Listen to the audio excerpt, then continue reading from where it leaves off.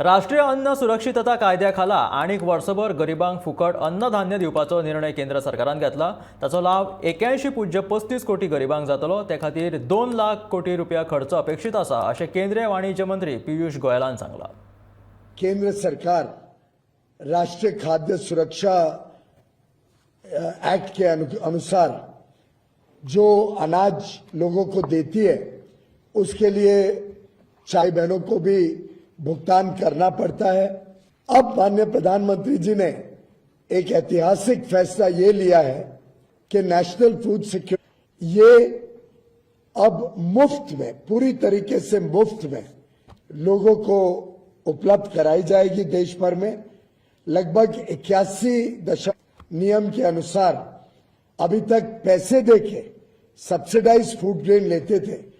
अब ये दोनों स्कीम्स को एक प्रकार से जोड़ दिया गया है। खाद्य सुरक्षा में ही उनको 35 किलो मुफ्त में मिलेगा।